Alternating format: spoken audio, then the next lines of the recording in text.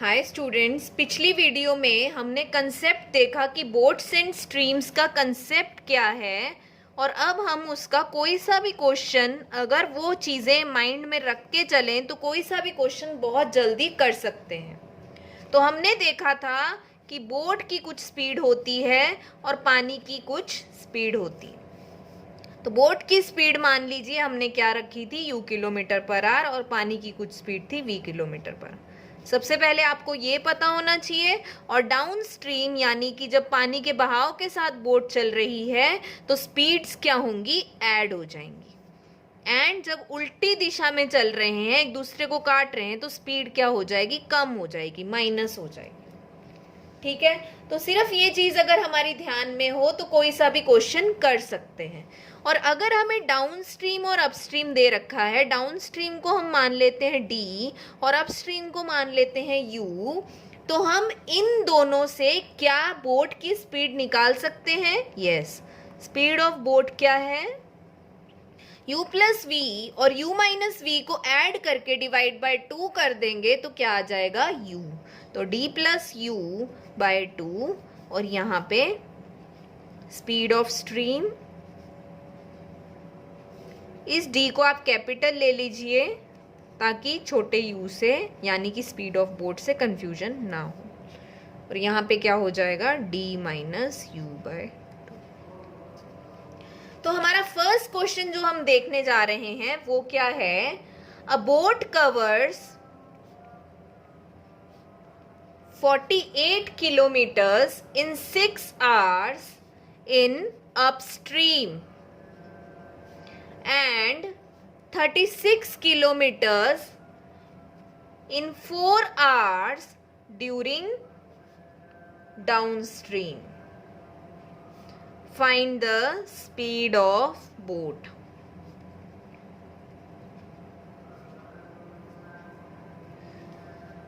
Forty 48 kilometres distance और time दे रखा है अपस्ट्रीम में, एंड डिस्टेंस एंड टाइम दे रखा है डाउनस्ट्रीम में।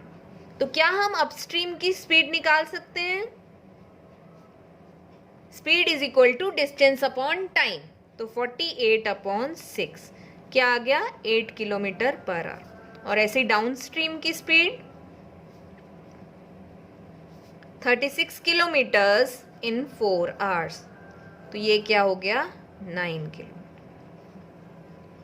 अब हमारे पास अपस्ट्रीम की स्पीड है और डाउनस्ट्रीम की स्पीड है।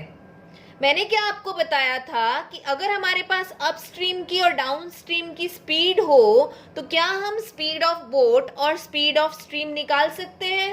यस, तो ये हमारा एक्चुअल में क्या है, कैपिटल D, और ये क्या है, capital U।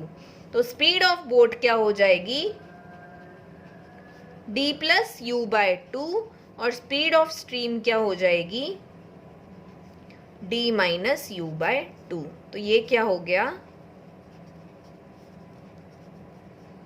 8.5 kilometre per hour, और स्पीड ऑफ स्ट्रीम क्या हो गया, 0.5 किलोमीटर पर आवर। तो आप देख सकते हैं कि अगर आपको टर्म्स का मतलब क्लियर है और इसका कंसेप्ट समझ में आ गया है तो क्वेश्चन हमारा इजीली हो जाएगा। नेक्स्ट क्वेश्चन है,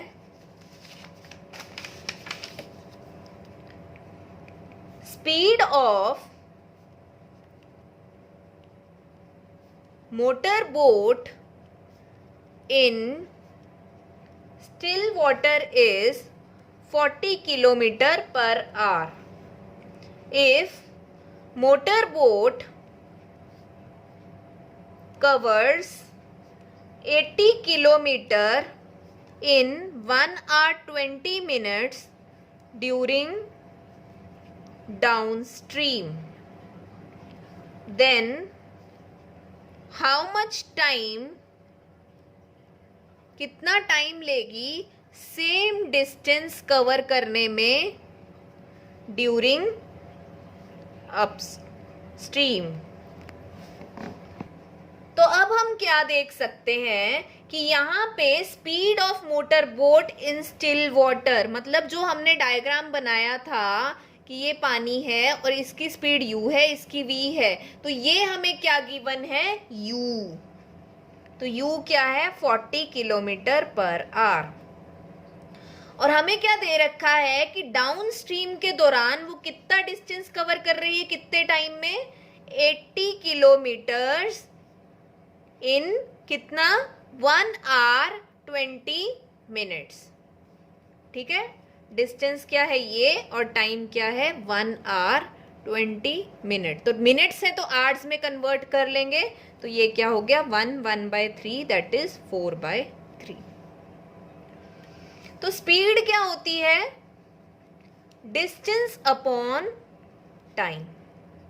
तो ये कौन सी स्पीड है, डाउन स्ट्रीम वाली। डाउन स्ट्रीम में किस किस की स्पीड ऐड होती है, डाउन स्ट्रीम में इसकी और इसकी स्पीड ऐड होती है, जिसमें से हमें इसकी स्पीड मालूम है क्या है, 40।